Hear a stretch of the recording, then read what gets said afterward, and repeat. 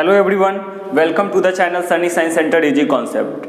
हम लोग डिस्कस कर रहे थे आवर इन्वायरमेंट चैप्टर, ठीक है। उसमें हम लोग पार्ट 2 तक देखे थे। जो पार्ट 2 था उसमें मैंने आपको बताया था रिगार्डिंग कंपोनेंट्स ऑफ इकोसिस्टम।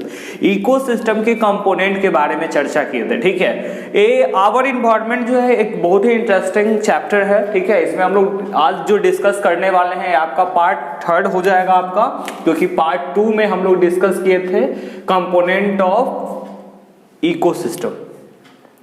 आज का टॉपिक है 10% लॉ एंड ओजोन के बारे में हम लोग फर्दर स्टडी करेंगे। तो देखिए, सबसे पहले 10% लॉ जो है वो क्या कहता है, ठीक है। 10% लॉ क्या कहता है, जैसे कि अगर आपको बताया जाए जनरली में कि सन जो होता है, सूरज जो है, ये अल्टीमेट सोर्स ऑफ एनर्जी होता है, ठीक है। और इससे जो एनर्जी निकलता है वो स्टोर हो जाता है। कोई भी ऑर्गेनिज्म जो है उसको स्टोर किया और उसका फिर फर्दर जब कोई ऑर्गेनिज्म कंज्यूम करता है तो उसका 90% उसका लाइफ प्रोसेस परफॉर्म करने में होता है और 10% जो है नेक्स्ट टॉपिक लेवल तक ट्रांसफर होता है। इसका स्टेटमेंट हम लोग देखेंगे सबसे पहले। तो according to 10% law 90% of energy captured from the previous trophic level, ठीक है। 90% जो एनर्जी होता है वो जो प्रीवियस एनर्जी में इसका बता इज लॉस्ट। जैसे एक उदाहरण देखिए, यहाँ पे प्लांट है, प्लांट को जो कंज्यूम करता है उसका नाम है ग्रास ऊपर, और ग्रास ऊपर कंज्यूम किया जाता है फ्रॉग के द्वारा, और फ्रॉग को स्नेक कंज्यूम करता है और स्नेक को हॉक, ठीक है। तो यहाँ पे हम क्या देखेंगे कि जैसे प्लांट जो है वो by the process of photosynthesis के द्वारा अपना भोजन प्रिपेयर करता है, जिसमें 4 कंडीशन होता है, sunlight, chlorophyll, carbon dioxide and water. ये चारों कंडीशन क्या होता है, रिक्वायर्ड होता है, तब जाकर के वो अपना भोजन का प्रोसेस को, प्रक्रिया को परफॉर्म कर पाता है। जब ये परफॉर्म कर रहा है तो हम यहाँ पे कंसीडर किए हैं कि ये जो ग्रास ऊपर है ना, उसमें से 10,000 जूल 10,000 जूल एनर्जी यहाँ पे ऑब्टेन किया। तो 10,000 जूल का 90% जो है यहाँ पे लॉस्ट हो जाएगा, ठीक है। और 90% लॉस हो जाएगा तो बचा कितना, तो 10% जो है वो बच जाता है यहाँ पे, ठीक है। तो इसका 10,000 का 10% निकालेंगे तो 1,000 जूल आ गया, ओके। अब यहाँ पे होता क्या है, ये जो 90% एनर्जी है उसका अपना लाइफ प्रोसेस परफॉर्म करने में कंज्यूम हो जाता है। उसके बाद इसका जो 10% जाएगा तो 1,000 का यहाँ जो 10% देखें तो इसी प्रकार से सिमिलरली इसका 1,000 का 90% यहाँ लॉस्ट हो जाएगा, 10% बचेगा, ठीक है। यही स्टोर हो जाता है फॉर नेक्स्ट टॉपिक लेवल के लिए।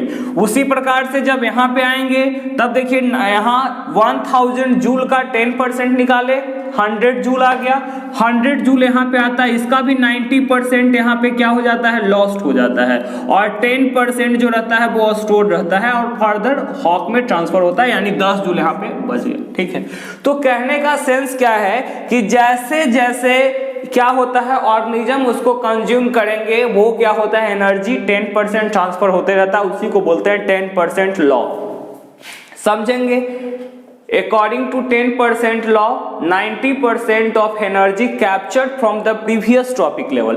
90% जो एनर्जी रहता है वो क्या बता रहा है, इज लॉस्ट, प्रीवियस जो अपने अंतर्गत अपना लाइफ प्रोसेस परफॉर्म करने में ही उसको खत्म कर देता है, उसका लॉस्ट हो जाता है, ठीक है। And only 10% is made available for next trophic level, और 10% जो होता है अलग टॉपिक लेवल में ट्रांसफर होता है।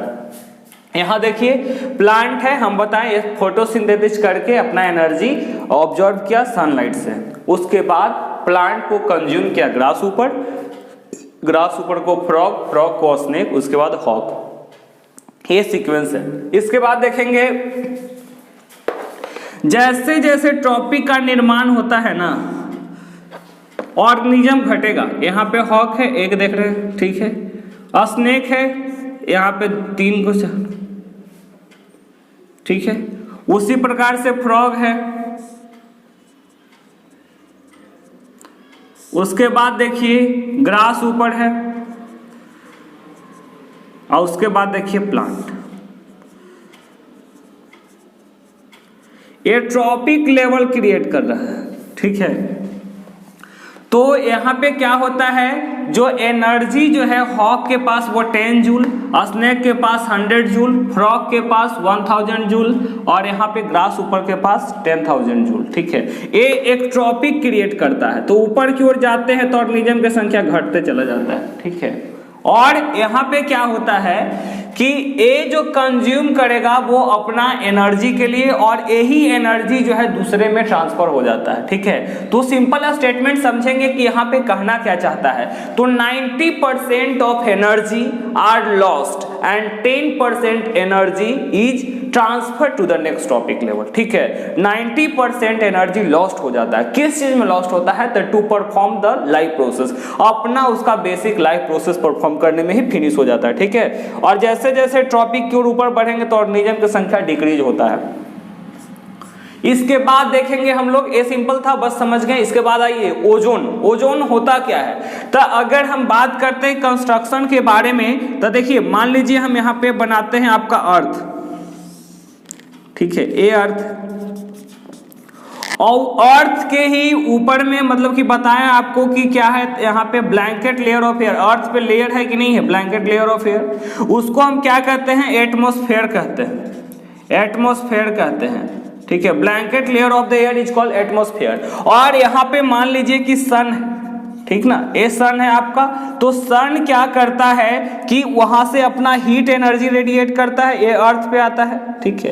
तो ये जो एटमॉस्फेयर है उसी में O2 प्लस O3 का निर्माण होता है, जिसको हम ओजोन कहते हैं, ठीक है, ओजोन।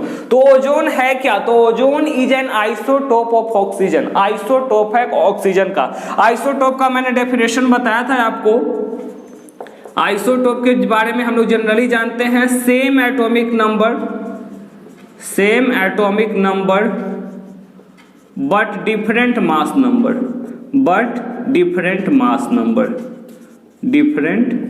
नंबर, ठीक है। आइसोटोप किसको कहते हैं? तो वैसा एलिमेंट जिसका एटॉमिक नंबर सेम हो बट मास नंबर अलग अलग है। तो आइसोटोप के बारे में हम लोग देखिए, यहां पे देख लिए कि सेम एटॉमिक नंबर होना चाहिए, मास नंबर डिफरेंट। यहां क्या बता रहा है? ओजोन क्या है? तो ओजोन का फॉर्मूला जो है O3, it is an isotope है ऑक्सीजन, फुल स्टॉप दिया हुआ है। फिर it is the molecule made by 3 item of oxygen. कैसे बना हुआ है? तो ऑक्सीजन के 3 आइटम्स कंबाइन होकर के बनाया है। It perform an essential function of shielding, है ना, एक ना शील्ड करता है, मतलब कि सुरक्षा का काम करता है। होता क्या है जनरली में कि ये जो है आउटर मोस्ट, यहाँ से जो सन से जो किरण आते हैं उसको फिल्ट्रेट करके अर्थ पर भेजता है। अगर फिल्ट्रेट करके नहीं भेजेगा अल्ट्रा वायलेट रे को, तो हम लोग सफर करेंगे स्किन डिजीज से, जैसे स्किन कैंसर हो सकता है, ठीक है। स्किन कैंसर हो सकता है अगर ये अल्ट्रा वायलेट रे फिल्ट्रेट, मतलब सूरज से जो किरण आ रहा है वो फिल्ट्रेट होकर के नहीं आए तब। देखिए तो ये बता रहा है it molecules made up of 3 atoms of carbon, it perform an essential function of shielding the surface of earth from ultra violet radiation from the sun. Sun से जो अल्ट्रा वायलेट रेडिएशन होता है उससे हमको क्या करता है? ये प्रोटेक्ट करता है। उसके बाद देखिए ozone layer is a layer of earth atmosphere. बता रहे ना ओजोन लेयर क्या है? तो अर्थ एटमॉस्फेयर का एक लेयर है in which most of the atmosphere ozone is concentrated, जिसमें अर्थ का जितना भी मतलब ओजोन है वो कंसंट्रेटेड है, उसी में पर्याप्त मात्रा में अवेलेबल होता है।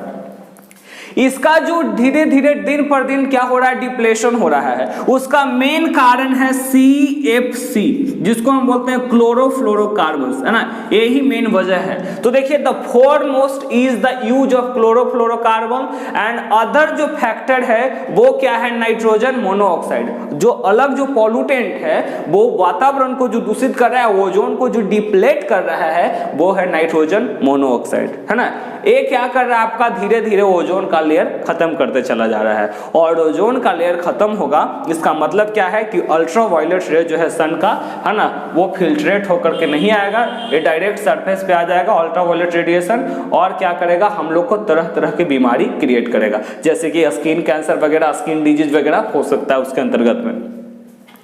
व्हेन द हार्मफुल केमिकल, ये कैसे होता है आखिर उस समय बताइए, क्या करता है सीएफसी। देखिए, तो when harmful chemical like chlorofluorocarbon are released into the air, जब इसको एयर में छोड़ दिया जाता है, हवा में, एटमॉस्फेयर में जब इसको छोड़ दिया जाता है, तब क्या करता है ना, एक्यूमुलेट हो जाता है, माने एकत्रित हो जाता है, कहां पे, तो एटमॉस्फेयर में, ठीक है। And ozone resulting in the depleting in its thickness, और जो O3 का जो है, ऑक्सीजन का जो लेयर है ओजोन का, उसको धीरे धीरे क्या करता है, डिप्लेट करना शुरू कर देता है। और ये धीरे धीरे जब डिप्लेट होना शुरू होता है तो एक समय ऐसा आएगा ना कि जहां पे फिर इसमें सूरज का जो किरण आएगा वो डायरेक्ट अर्थ पे मतलब कि पड़ेगा, यहाँ पे फिल्ट्रेशन नहीं होगा, और जब फिल्ट्रेशन नहीं होगा तो इसके वजह से ना स्किन कैंसर ये सब डेवलपमेंट हो सकता है। तो ओजोन क्या है समझ गए, सिंपल क्या है, तो इसका कार्य ये बता रहा है। सबसे पहले 10% लॉ देखते हैं, तो 10% लॉ बताया क्या कि एक वैसा लॉ है जिसमें 90% जो एनर्जी है वो कैप्चर हो जाता है प्रीवियस ट्रॉपिक लेवल में, और ये जो लॉस्ट हो जाता है, और 10% स्टोर होता है फर्दर ऑर्गेनिज्म के लिए, फर्दर ट्रॉपिक लेवल के लिए, ठीक है। उदाहरण के लिए हम लोगों ने देखा क्या कि प्लांट है, प्लांट को कंज्यूम करता है ग्रास ऊपर को फ्रॉग, फ्रॉग को स्नेक, और स्नेक को हॉक, ठीक है। वहां पे देख रहे हैं कि ग्रास के पास जो हम लोग ग्रास ऊपर जो एनर्जी कंज्यूम किया था वो 10,000 जूल है, उसका 90% उसके अपने बेसिक प्रोसेस को परफॉर्म करने में फिनिश हो गया, तो 10% बचा। फिर जो उसको फ्रॉग कन्वर्ट किया तो 10,000 का 10%, 1,000 का 10%, 100 जूल का 10%, 10 जूल, ठीक है। उसके बाद आ जाइए, यहाँ पे हम क्या बताए थे कि ओजोन है क्या, तो ओजोन क्या है, तो ozone is an isotope of oxygen, isotope है ऑक्सीजन का, और इसका जो मॉलिक्यूल है वो बनता है 3 ऑक्सीजन एटम, है ना। देखिए O2 + 1 ऑक्सीजन है, तो O2 + O O3 का निर्माण किया। इसका फंक्शन क्या है, तो essential shielding surface of the earth, earth के एक शील्ड का काम करता है ना, सुरक्षा कवच का काम करता है। और ये बता रहा है क्या कि shielding the surface of earth from ultraviolet radiation of the sun, sun के अल्ट्रावायलेट रेडिएशन से मुक्त करता है, माने बचाता है। और क्या, ozone layer is a layer of earth atmosphere. अब ओजोन लेयर है क्या, तो अर्थ एटमॉस्फेयर का एक लेयर है in which most of the atmosphere ozone concentrated, जिसमें अर्थ का जो ओजोन है वो कंसंट्रेटेड रहता है। और यहाँ पे सेवरल रीजन है डिप्लेशन का। तो नंबर 1 बताया था कि जो एक्सेस यूज हो रहा है ना, रेफ्रिजरेटर वगैरह इस सब से जो निकलता है, या एसी वगैरह से जो निकलता है वो है CFC, क्लोरोफ्लोरोकार्बन। ये क्या करता है, वातावरण में ओजोन से रिएक्ट करता है, और रिएक्ट करके उसका लेयर को डिप्लेट करता है। जब डिप्लेट करेगा तो अर्थ का जो शील्डिंग का काम कर रहा है ओजोन, वो नहीं कर पाएगा, और सूरज का डायरेक्ट अल्ट्रावायलेट रे अर्थ पे पड़ेगा, and due to which we may suffer from the disease like cancer, skin cancer. Okay, thank you.